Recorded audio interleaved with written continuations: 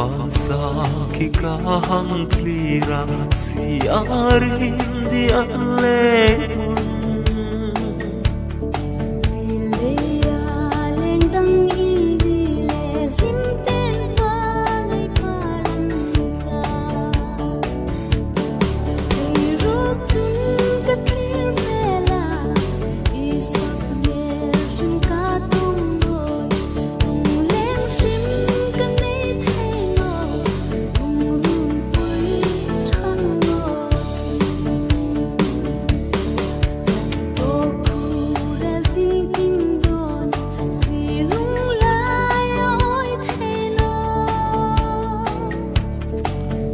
môi cùng ô nắng châu nó sự lúc lại thêm tu ăn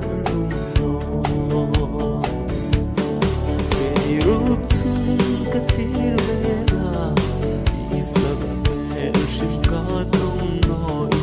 lung lem shim cả này thấy nó lung lung bụi trăng ngọt vàn đôi xin thôi về là shim tin ta din apal